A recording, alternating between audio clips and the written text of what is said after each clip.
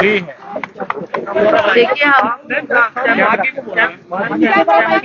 हम केंद्र सरकार के खिलाफ ये प्रदर्शन कर रहे हैं। बहुत लंबा समय हुआ जब से हमने अपनी पुकार उनके सामने रखी। आपदा के समय हम गिड़गिड़ाते रहे, केंद्र सरकार ने हमारी आवाज नहीं सुनी। और मैं तो प्रधानमंत्री जी से स्वयं भी मिली, स्वयं भी उनसे हिमाचल की स्थिति से अवगत करवाया। वो एक कारण उसका भी है, उसमें भी लोगों में रोष है कि हमारे को जो केंद्र से मदद मिलनी चाहिए थी वो आपने हमारी मदद नहीं की।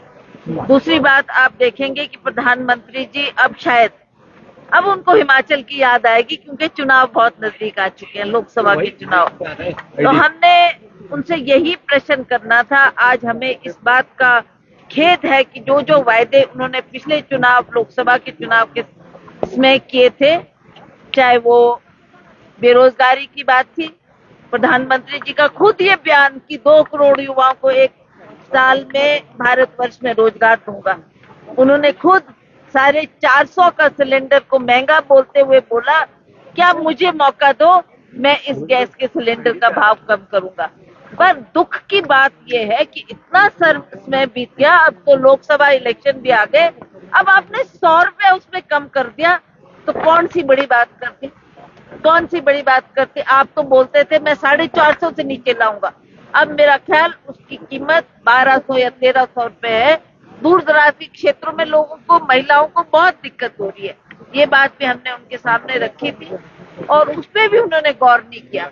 अगर गौर किया होता तो ये अग्निवीर जैसे हादसे ना हुए होते, जिससे हमारे नौजवान जो देश की सेवा करना चाहते हैं, आर्मी में भर्ती होना चाहते हैं कि हम देश की सेवा, उसके लिए वो बहुत प्रैक्टिस उनको करनी पड़ती है। आर्मी में भर्ती होने के लिए उतनी मशक्कत करने के बाद भी उनकी सुनवाई नहीं की गई, उनकी बात पर गौर नहीं किया गया। और जो ये अग्निपथ इन्होंने लाया, उससे बहुत से बच्चों का भविष्य खराब हुआ है। तो ये भी एक कारण था। तो ऐसे कई मसले हैं जो हम बार बार केंद्र सरकार के समक्ष उठा रहे हैं और उसकी बात कर रहे हैं, पर उन्होंने बहुत अनदेखी हिमाचल प्रदेश के लिए की। वो हिमाचल प्रदेश जिसको प्रधानमंत्री अपना दूसरा घर बोलते थे। मैम, ये आज का प्रदर्शन जो है, ये क्या वजह है, क्यों ये प्रदर्शन किया जा रहा है? इसीलिए जो मैंने आपसे बातें आपके सामने रखी, उन्हीं बातों को लेकर हमारा रोष है। केंद्र सरकार आपकी सरकार को अस्थिर करने का प्रयास कर रही है। लोकतंत्र की हत्या कर ही रहे। क्या मानते हैं लोकतंत्र की हत्या से हमारी जो यहाँ सरकार लोगों ने 5 साल के लिए चुनकर भेजी, उसको स्थिर करने के लिए जो इनके प्रयास है, उसके खिलाफ हमें रोष है कि आप इस तरीके से हरकतें ना करें।